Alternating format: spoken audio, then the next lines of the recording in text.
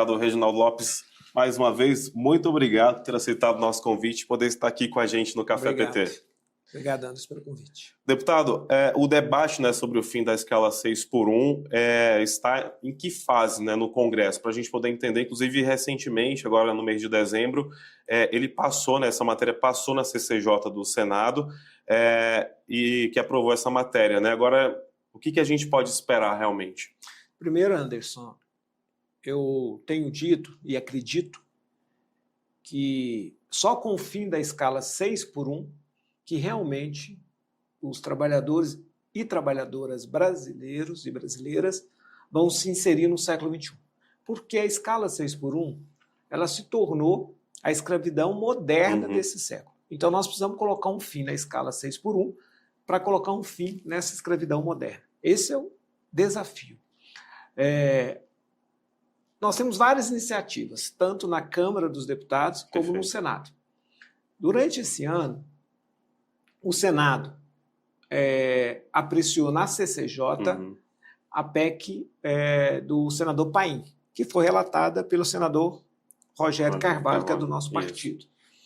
Eles aprovaram na CCJ e agora pendente de ser pautada no plenário do Senado. Perfeito. Na Câmara, nós apresentamos uma emenda constitucional em 2019, que é 221/2019, de minha autoria. Ok. E logo após, a deputada Érica Hilton também cria um movimento na sociedade civil, Vida para Além do Trabalho, lança o fim da escala 6x1 e apresenta uma PEC também, 08 de 2025, para tramitar na Câmara dos Deputados. Ok. O que nós estamos combinando? O presidente Hugo Mota assumiu o compromisso de unificar as duas PECs, elas serão apensadas, a PEC da deputada Érica Hilton e a minha PEC, Ok. E a partir daí, a CCJ vai nomear um relator para as PECs, A CCJ do da Senado, Câmara da dos Câmara Deputados. mesmo. Perfeito. De fato, se a PEC do Senado chegar primeiro na Câmara dos Deputados, ela vai ser apensada. Os nossos projetos serão apensados à PEC do Senado. Certo. Se a nossa PEC chegar primeiro no Senado, ela também será apensada no Senado. Regimentalmente, para os telespectadores entenderem essa tramitação. Mas como é uma emenda constitucional, de qualquer forma, ela precisa ser apreciada nas duas casas. É ping-pong. Perfeito. E precisamos ter o mesmo relatório. A coincidência do relatório, do conteúdo. Então, eu estou super animado, acho que essa é uma bandeira que ganhou a sociedade brasileira, tem mais de 70% de aprovação popular, em especial para o fim da escala 6x1. Então, a sociedade brasileira quer, de fato, no máximo, uma escala 5x2. A sociedade brasileira quer mais um dia de folga. Com certeza. Por quê? Eu fiz um debate em São Paulo, há um mês atrás, e com os sindicatos patronais. Em especial, dos setores que serão impactados economicamente. Setores de serviços e setores de comércio. Ok. Esses dois setores tinham resistência. O que aconteceu na prática? Eles mudaram de opinião. Durante esse ano de 2025, houve faltas durante a semana de mais de 80% dos seus trabalhadores. O que os trabalhadores estão dizendo para os empreendedores? Olha, eu preciso de vida além do trabalho. Eu preciso de mais um dia de folga. Para quê? Para eu ir na escola do meu filho. Isso. Para eu acompanhar a educação do meu filho. Eu preciso de mais um dia de folga para eu poder até fazer uma compra no supermercado, em uma loja. Eu preciso de mais um dia de folga para eu ir à igreja, para eu visitar um parente, visitar um amigo, para eu cuidar da saúde mental. Eu preciso de mais um dia de folga para ir numa atividade problemas, ir cultural. No banco, resolver várias coisas, então, pessoais. A falta que os trabalhadores estão promovendo durante a semana é porque eles não têm tempo para viver. Então, isso prejudica a saúde mental. Nós estamos vivendo, pós-pandemia, uma epidemia de verdade de saúde mental silenciosa, que a sociedade ainda não criou políticas públicas para enfrentar essa doença, ou está negando a perceber que tem, de fato, essa pandemia de saúde mental, e também a dificuldade de compreender que o trabalhador ele precisa de tempo, até para que ele possa se requalificar. E essa escala 6x1, ela prejudica os trabalhadores de menor poder econômico, de menor renda per capita, de menor remuneração. Porque a indústria, na grande maioria, tem escala 5x2. E a média da jornada de trabalho é 39,8 horas. Certo. Agora, o comércio, eu posso falar, porque eu trabalhei 10 anos no comércio, eu fui balconista, padeiro, então eu trabalhava 6,5 por mês, porque no domingo eu trabalhava de 8 a meio-dia. Isso é desumano. Para eu estudar para uma prova, eu estudava à noite, eu tinha que matar o primeiro aula para fazer a prova no segundo horário. Quando a prova era no primeiro horário, aí eu tinha que arrumar qualquer maneira de conseguir estudar no meio do trabalho. Então, na verdade, é impossível a gente concordar com essa escala. E que bom que a gente tem parlamentares, né, como o senhor, que tem essa sensibilidade, que tem essa iniciativa, porque é algo que realmente domina a sociedade há várias décadas, né, essa escala realmente que escraviza realmente as pessoas, né? Mas, deputado, o governo Lula também tem se preocupado em relação a isso, né? Já tem articulado também de algumas maneiras para poder facilitar, para poder agilizar também que essa matéria ela passe no Congresso, né? Anderson, essa é a grande novidade, porque o governo do presidente Lula, ele unifica a sua posição. Certo. Porque tinha a opinião de alguns ministros, isoladamente, opinião do ministro do Trabalho, Luiz Marinho, opinião da Secretaria-Geral, do Guilherme Boulos, opinião também da presidenta e hoje ministra Gleisi Hoffmann, mas a gente não tinha uma opinião unificada do governo. Então, o governo promoveu uma reunião coordenada pela ministra Gleisi Hoffmann e que ela convocou todos autores de proposições nessa temática, seja pela redução da jornada de trabalho ou pelo fim da escala 6x1. Então, nós participamos, né, o senador Paim, eu como autor da PEC, a deputada Érica Hilton e a Daiane, são os autores. Né? Então, nós também unificamos a nossa posição. Então, a unificação foi em torno do fim da escala 6x1 e uma escala 5x2. Então, a combinação de escala não pode jamais ultrapassar 5x2. É permitido outras combinações, 3x4, 4x3, 2x5, então você tem outras combinações, isso aí nos acordos coletivos. Mas jamais o trabalhador vai trabalhar mais que 5 dias na semana. Então é a primeira unidade que nós construímos, tanto com os atores do parlamento, da posição legislativa, como do presidente Lula. O presidente Lula, então, unifica a sua posição. E qual que seria a melhor previsão, deputado, fazendo esse escalonamento assim, em quanto tempo o senhor acredita que a sociedade brasileira conseguiria ter implementado essas 36 horas semanais? Eu acho que pode ser em 4 anos, 2030. É um tempo razoável para as empresas se adaptarem, sim. Né? E, na verdade, a redução da jornada de trabalho e da escala também, no máximo 5x2, permitindo outras combinações, o momento ideal é quando você tem uma economia de pleno emprego. Sim. E nós temos hoje os melhores indicadores da taxa de desemprego no país, da série histórica.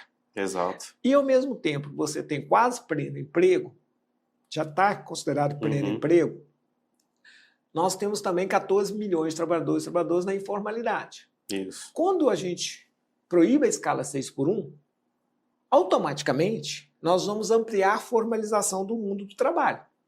Olha os impactos colaterais positivos.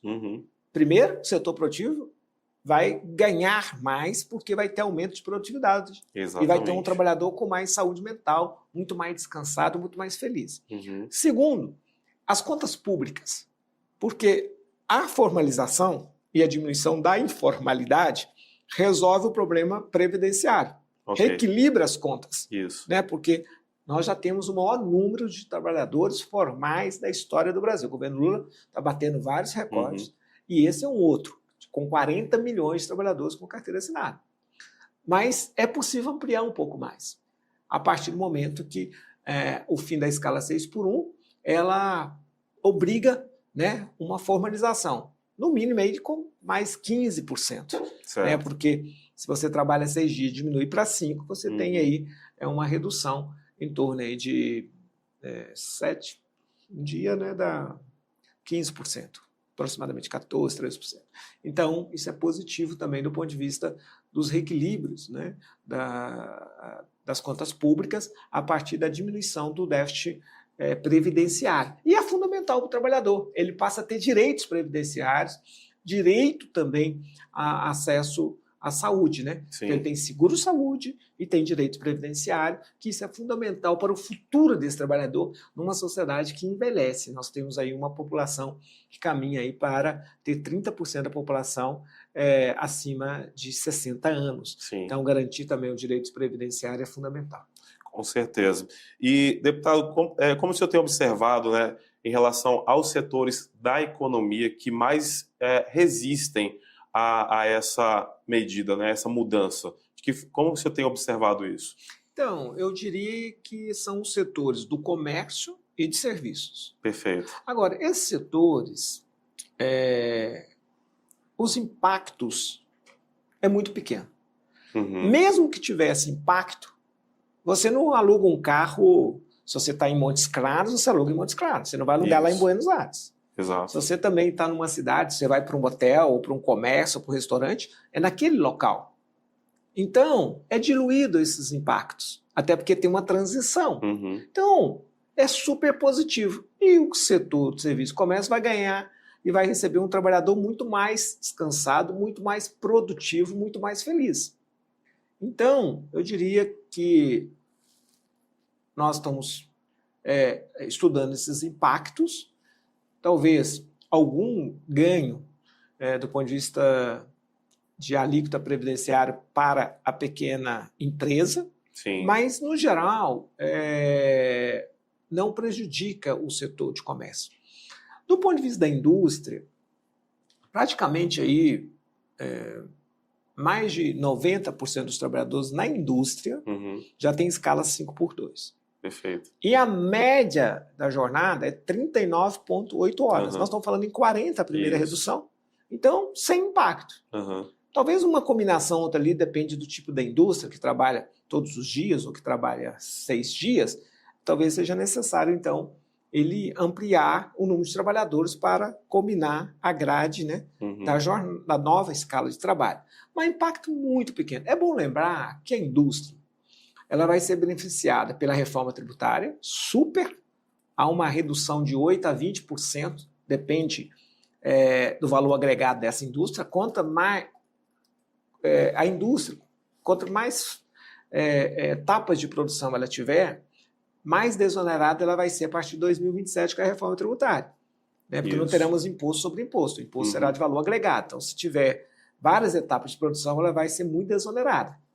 Essa desoneração, esse ganho de produtividade tem que chegar no trabalhador. Com certeza. A indústria também ela vai ser super beneficiada com o avanço da inteligência artificial. Eu fiz um debate que tem setores da indústria que já ganharam 15% de ganho com a aplicação da inteligência artificial, seja a inteligência interpretativa, seja a inteligência generativa, seja a inteligência que está presente nas máquinas, né? Isso. Embarcadas. Então ela já tem um ganho, já teve um ganho de produtividade muito grande, 15%. Debate que eu fiz na Confederação Nacional das Indústrias. Eu até brinquei, a reforma tributária dá ganho de produtividade de 20%. Tem ganho da inteligência artificial de 15%. Já é 35%. Eu brinquei que dava até para enfrentar o Trump com a sua tarifaça e taxa de exceção da economia brasileira. E a gente ainda derrubou o tarifaço, o governo do presidente Lula de maneira muito competente. Então, sem falar dos avanços tecnológicos, né, que também a indústria brasileira acumulou e ganhou. Avanços tecnológicos que realmente aumentam e muito a produtividade, né? E às vezes mantêm os mesmos funcionários, que é importante que mantenham, mas produzindo pelo mesmo tempo que talvez não haveria tanta necessidade assim. Né? Eu tive na Zona Franca de Manaus, eu tive quase todas as montadoras, carro que era fabricado em média 30 minutos, 25 minutos, hoje está produzindo 1 minuto e ponto 6. Olha aí. Né? Tem montadora que entrega um carro. Moto, que era 5, 6 minutos, agora tem até 16 segundos. Então tem um ganho tecnológico. Praticamente uma impressão. Extraordinário. Né? Portanto, eu acho que é muito positivo. Isso precisa, esse ganho de eficiência, esse ganho de produtividade, tem que ser compartilhado com quem produz a riqueza. Exatamente. Não é o capital que produz a riqueza. Quem produz riqueza são os trabalhadores e trabalhadoras. E é dar qualidade de vida para essas pessoas que justamente vão responder isso aí com mais produtividade ainda. Né? O setor tem reclamado da falta de mão de obra. Né? Nós temos trabalhadores na informalidade. Agora, ele vai ficar na informalidade se ele não tiver uma escala que justifica ele ter qualidade de vida.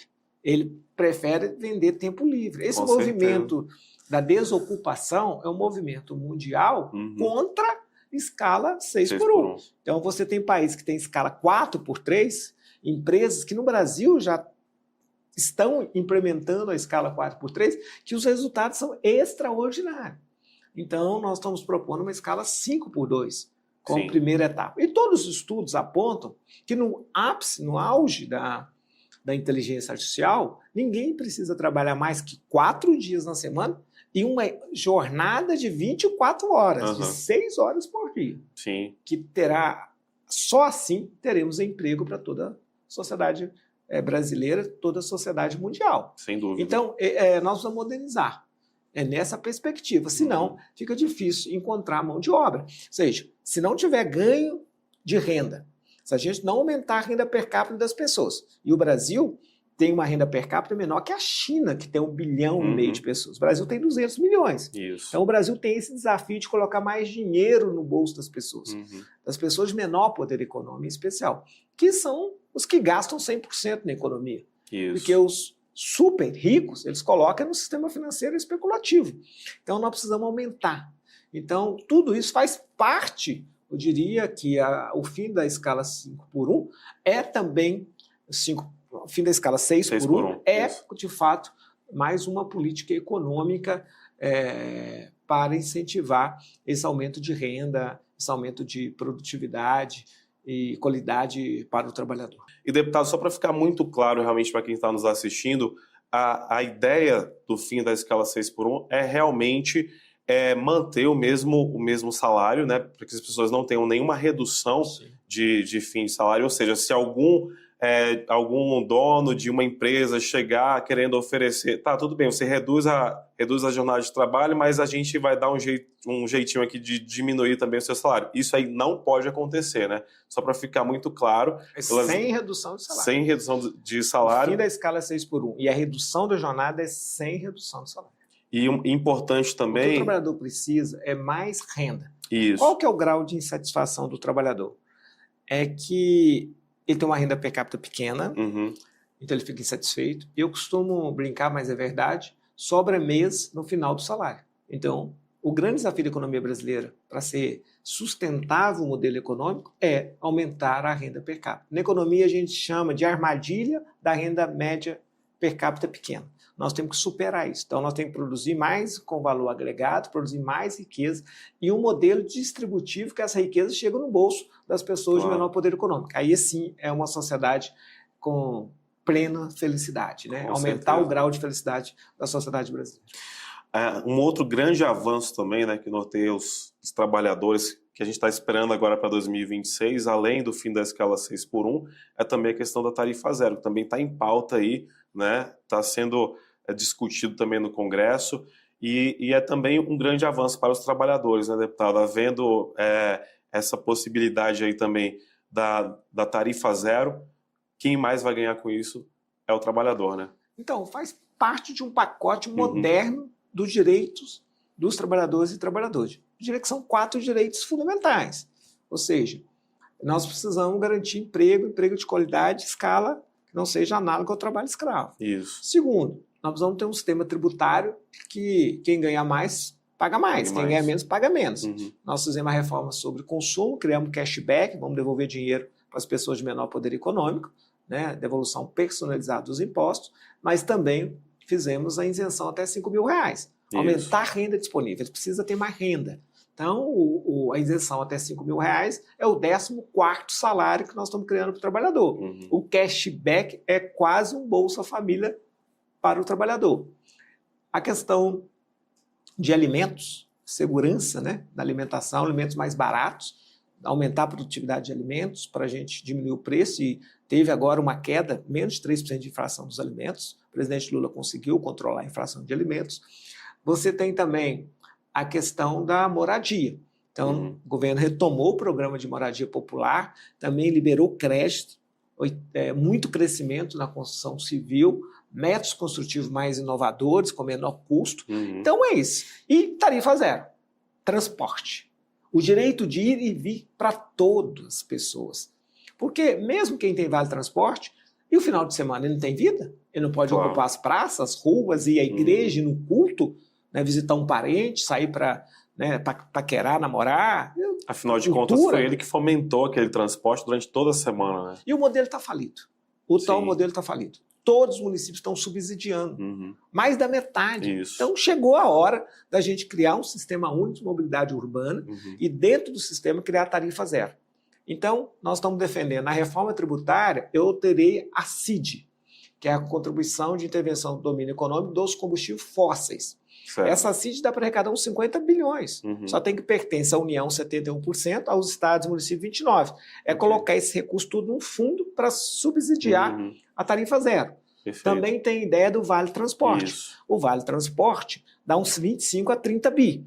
Então, junta, joga nesse fundo e libera a catraca, ou seja, ninguém paga mais nada. E tem a ideia também, a gente pode criar uma CID para a Petrobras pagar. Acho que a Petrobras poderia dar uma contribuição. Então, é possível sim encontrar recursos e a gente garantir, não só no transporte rodoviário, como no metroviário. E a gente garantir. Isso aumenta a economia. Hoje, se o trabalhador somar o que ele gasta com conta de luz, internet, água, alimentação, aluguel, né? Depois do aluguel, o que ele mais gasta, o segundo gasto dele é com transporte. Então, o transporte é o segundo gasto. Então, nós temos que liberar. É mais renda no bolso do trabalhador. Em São Caetano, eu tive com o prefeito, o que aconteceu? Ele aumentou 35% a venda no comércio, por causa da tarifa zero. Então, tem impacto, tem devolução para a sociedade. E a devolução é permitir que as pessoas de menor poder econômico que usam o transporte coletivo possam ter mais dinheiro disponível. Exatamente. Além da qualidade da mobilidade urbana. Né? Ou seja, então, está perto. Eu diria, daqui 3, 4 anos, é impossível algum município cobrar tarifa no transporte coletivo. Vai ser tarifa zero, porque já está quase zero.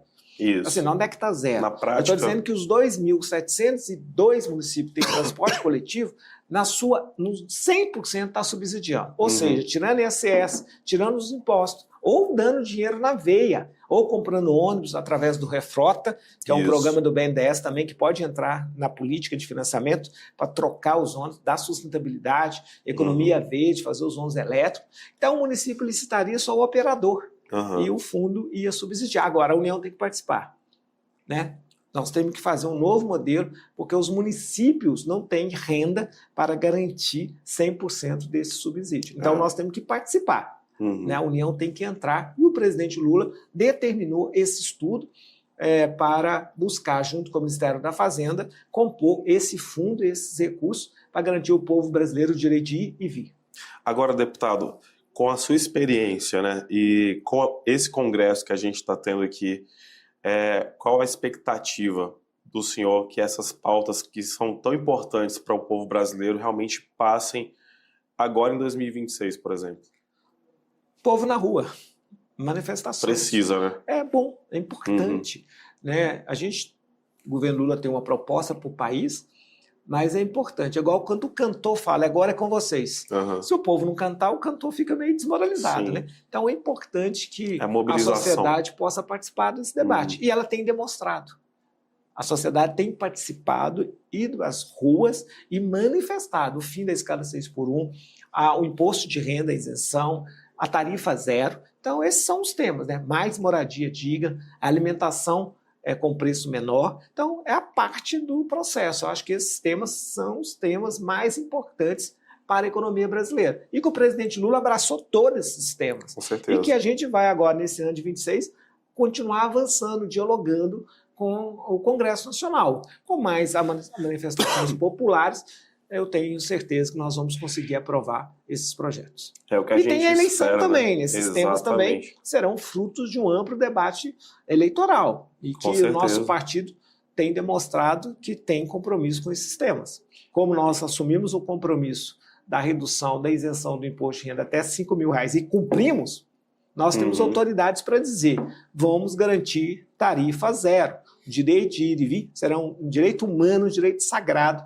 da sociedade brasileira. E essas pautas elas precisam continuar, inclusive nos próximos anos, e é por isso que é tão importante pensar em quem votar nesse ano, né, nas eleições. Com certeza. Quem tem lado, quem tem compromisso. Com certeza. Né? Quem pensa nos que mais necessitam. Esse é o programa, essa é a diferença do governo do presidente Lula. E também é evidente o povo brasileiro poder olhar para o Congresso e para o Senado.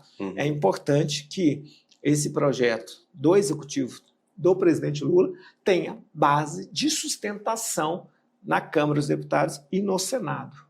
Perfeitamente. Deputado, parabéns pela sua iniciativa, né, por esse cuidado realmente que o senhor tem tido com todos os trabalhadores brasileiros. E a gente espera que realmente essas pautas elas passem, né, no Congresso e que passem a fazer parte da vida dos brasileiros aí em mais curto prazo de tempo possível. Muito obrigado pela sua participação aqui mais uma vez com a gente no Café PT, deputado. Eu que agradeço, né? Quero que a sociedade brasileira, no próximo ano de 26, nesse ano, tenha comida barata, moradia digna, tarifa zero e escala humanizada de trabalho, escala e jornada. Então, acho que esse é o nosso grande desafio.